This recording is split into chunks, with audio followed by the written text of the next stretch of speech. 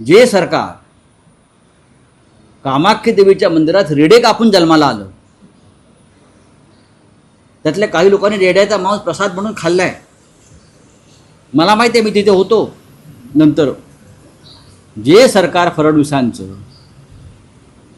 गुवाहाटीला रेडे कापून, बकरे कोंबड्या कापून, बदकं कापून तिथे, हे मी जबाबदारीनं बोलतोय, त्या सरकारला मांस मच्छीचा तिटकारा यावा याचं मला आश्चर्य वाटतंय. हां, 65 रेडे कापले कामाख्या देवीच्या मंदिरात आणि त्या रेड्यांचा प्रसाद खावा लागतो कापणाऱ्याला. हे पण तुम्हाला मी सांगतो, तिकडली ती एक परंपरा आहे. तिथे बदकं कापली जातात, तिथे इतर प्राणी कापले जातात आणि कापल्यावर प्रसाद म्हणून त्याचा मांसाहार करावा लागतो प्रसाद म्हणून. अशा सरकारचे जनक आणि निर्माते देवेंद्र फडणवीस महाराष्ट्राला सांगतायत की शाकाहारी व्हा स्वातंत्र्यदिनी. परत सांगतो, ही थोतांडशाही बंद करा.